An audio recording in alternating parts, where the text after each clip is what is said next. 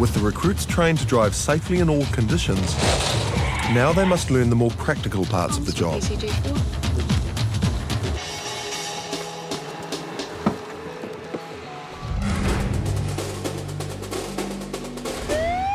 In dealing with the public, it's essential to follow the protocols, and one of the most important is to never engage in a battle of words. Morning, driver.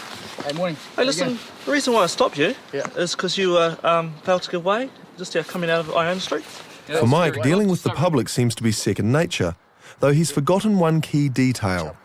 Did you have your sunglasses on when you spoke to him? Yes. You probably did, now I should point out. The GIs say that when you have sort of eye contact or make talk to the public, that we remove our sunglasses. Okay. Carol, too, soon gets the hang of delivering bad news. Here's your infringement notice for failing to wear a seatbelt. It's a $150 fine there. All your rights are on the back. He wasn't very happy with his ticket. But when it comes to Tim's turn, Paul decides to turn up the pressure, demonstrating what he likes to call a difficult client. You know, sometimes the drivers are very irate. I mean, I've had people set fire to tickets on me. Morning, sir.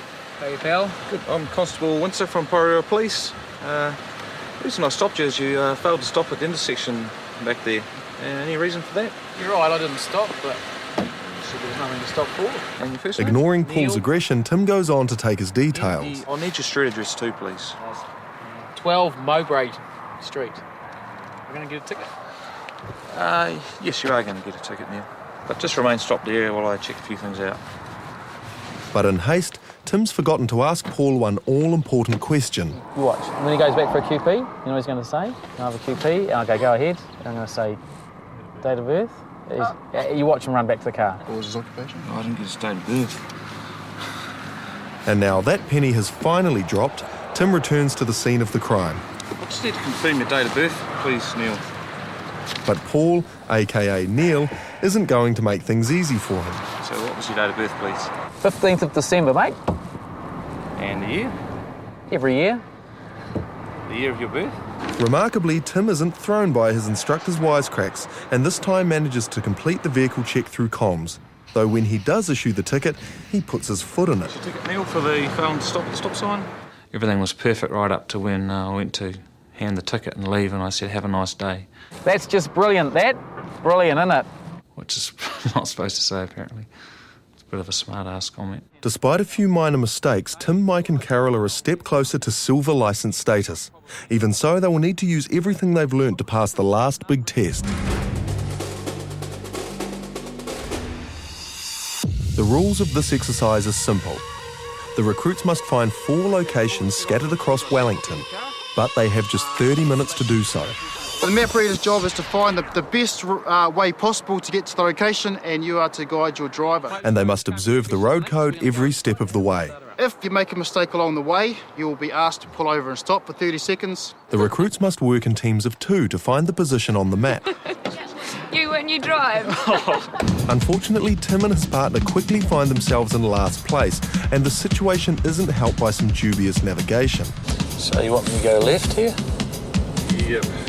Sure about that? As for Mike, he has no need for a navigator. After all, he's a self-professed expert. I think we should go down the motorway and then cut off that gorge road. But neither Carol or the map book agree.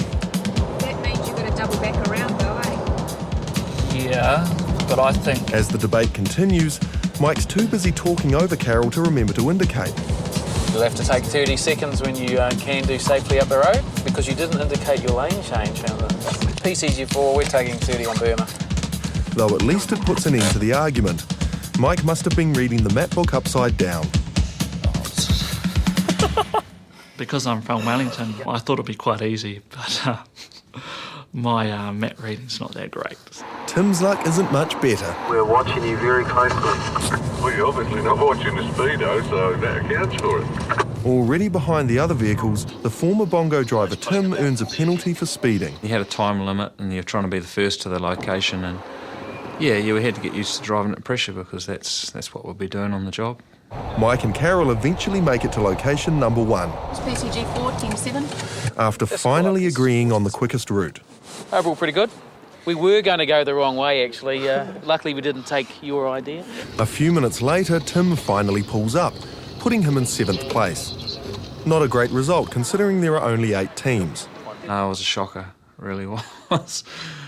When it comes to location 2, Carol quickly demonstrates you don't need to live in Wellington to navigate its streets. Yes, we're first. Yes! First! Cool. Now second equal, they're a few minutes ahead of Tim, who's still holding on to 7th place. Okay, straight for a long time. Straight for a long time. En route for location 3, Mike's back in the driving seat. Once again, unable to tell his left from his right. Past on Fairview Crescent on my right. That's your left. Oh, my left, sorry. So in short, he's getting lost Was it right there? We just went past it. and earning more penalties. Sorry. That's probably a 30-seconder. With 3 locations down and 8 minutes remaining, the recruits must make their way to the 4th and final checkpoint. How confident you driving up narrow streets, Carol? We're not doing it already. It gets more narrow. I have never driven roads that are just wide enough for one car and very steep. There was a few hairy moments going up some of those streets toward the cable car. Yeah, just a word of warning, this street is narrow. Straight down to the end. To Carol's relief, they reached the final location in one piece. Wasn't that an introduction to Wellington streets, huh? Mike and Carol have finished in 4th place. Yeah, I didn't have to drive streets like that in Nelson, no. Meanwhile, Tim has moved up to 6th, and having beaten the clock, he's also passed the assessment, We weren't last to leave, so that's got to be positive. Well done, well done. which means all the recruits have achieved silver licence status.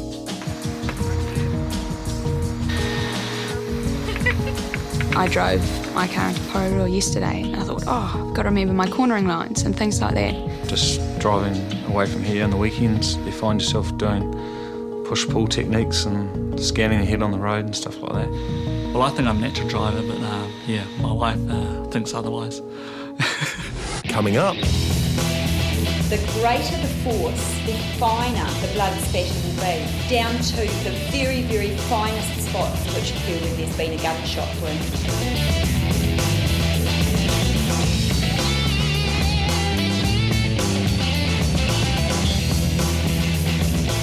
Fight! Come on!